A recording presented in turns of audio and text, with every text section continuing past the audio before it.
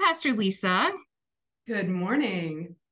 This is the beginning of Women's Herstory Month here in the US and in other countries around the planet. And in the Central Conference in Milwaukee, we noticed that many of the people who serve congregations as pastors are not male. And so we thought, let's share some stories this month and celebrate this important month as a community. So you are our first respondent to this, and I wondered if you would tell us a little bit about you before we get into the meat of our conversation. Thanks, Delaney. Thank you for thinking of doing this. And yeah, it is amazing how many people who are not male are serving our city congregations at this point in time. I was not raised in a city. I was raised in a small town adjacent to a rural community in central Minnesota, raised Lutheran, but in a tradition of Lutheranism that does not ordain women. So although I sensed a calling to ordain ministry from the age of 8, it took me a very long time to work through many, many things before I began seminary as a full adult in my 30s and ordained at age 41, and took my first and only call 12 years ago here at Redeemer Lutheran on Wisconsin Avenue. Wow. I think that's a story a lot of people can relate to. A lot of theologians and pastors in our tradition who grew up in churches that didn't affirm women as ordained people. So I am grateful that you figured that out and have found your way to this denomination. We're lucky to have you. So our first question is, as we celebrate Women's Herstory Month, who stands out along your journey as someone who encouraged you in your call to ministry? Yeah, that is easy for me to answer. When my family located to Milwaukee, we were looking for a church home and we looked all over the place. And when we walked into the doors at Bayshore Lutheran in Whitefish Bay, even though we were living far from Whitefish Bay at that time, we encountered Pastor Noreen Smith and Pastor Paul Overvold. And to hear Pastor Noreen preach and to see her lead and to know that she was a wife and a mother of 2 daughters was incredibly encouraging to me, because that really was the last thing that was my issue that I claim as mine was how could someone be wife, mother, pastor, and do all of those things well and not leave things neglected. So to see her in that role, to see the creativity that she brought to her preaching was an amazing encouragement.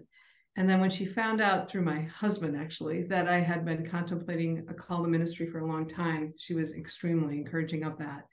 Added to that, though, is Pastor Mary Martha of Hephatha, because the 2 congregations were in a partnered relationship already. And so then I got to encounter Mary Martha and her preaching and leading, and to see the collegiality between Noreen and Mary Martha.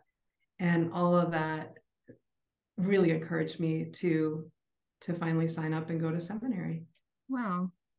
That's wonderful. I'm glad to hear that. I bet they would be glad to hear that too. I hope. Maybe they have heard it. They have heard it. I have told them. Good. So the other question I wanted to ask you is, how do you perceive your gender impacting your leadership? This is a really interesting question to me. And I've been thinking about it a lot since you gave me the question ahead of time. I've thought about different metaphors for how to inhabit the role as pastor. And for a long time, the one that I really nestled into was lifeguard, actually. That was one of my first jobs when I was a teenager. I was a lifeguard. And so a lifeguard is always looking and scanning and trying to perceive people in trouble, people who might become in trouble, and how to try to get assistance to that person. Then I realized later on that, Lisa, that's really nothing new, that the shepherd metaphor throughout the scriptures really is lifeguarding. You're like, oh, okay.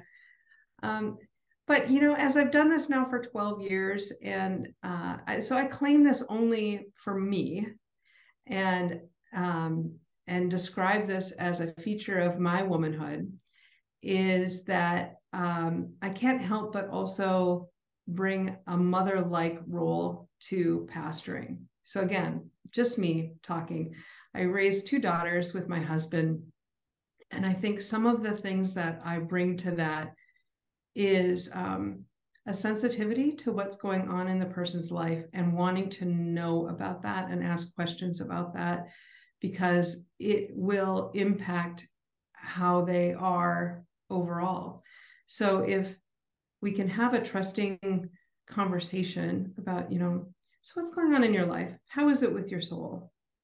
And to be a trustworthy person so that someone can describe that to you, then that's something you can pray about and get to. And it just helps to make the functioning of that relationship and then all of the network of relationships that's in any congregation work more smoothly. That's an interesting metaphor. It sounds like between the lifeguard shepherd model and the aspect of being a mother that relates to your pastoring, what you're most interested, well, correct me if I'm wrong. It sounds like what you're most interested in and motivated by is the people part of being a pastor. There are a lot of aspects of what we do. But... Right. And I think many people in the Greater Milwaukee Synod realize that my work here has involved a lot of things like economic development and now a capital campaign and a lot of making connections in the neighborhood. But the beating heart of this ministry has always been caring for people. And without that, I don't think anything else works. And it all stems from that. That is really the heart of everything. Yeah. I think that's a generalization that we can make. People can disagree, but about pastoring. When I was an intern, my internship supervisor told me the most important thing is loving the people. That's the only thing you have to really be good at. And I think that's true. And we have other skills, like you have a lot of skills in administrative leadership. And I appreciate hearing you talk about the people part and how you see that as a really key role of your identity as pastor. So thanks for telling us, Pastor Lisa. This question I didn't plan ahead of time, but I'm just going to ask you. It's March. It's Women's Herstory Month. How are you going to celebrate you? What is one way you're going to care for yourself this month? Wow. Well, I'll tell you something.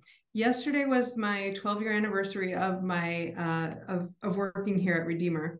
Cool. And I celebrated by attempting to run my first 5K ever, which would have felt like such a great accomplishment. But I got on the treadmill and I was sucking air and I was holding on for part of it, blah, blah, blah. And, it really wasn't fair. This was part of a 60 step. We did 60 little things. I'm on an iFit. And so we were in Vietnam and then we were in Romania. And this was the big last one. And I timed it out so it would be on this day. And I was so pumped. And all of a sudden, he made it so much faster than anything we'd ever done before. And he threw in all of this incline. I'm like, are you kidding me? And then when we got off of the treadmill, I looked on the comments and it said, this wasn't even really a 5K. It was short of a 5K. So my celebration is going to be throwing in different kinds of workouts and swimming a little bit more often, because that is pure pleasure for me. Yeah, great. All right, cool. Well, I hope you have a good month of caring for yourself and new workouts, and also maybe fewer inclines and surprise almost 5Ks. That sounds terrible.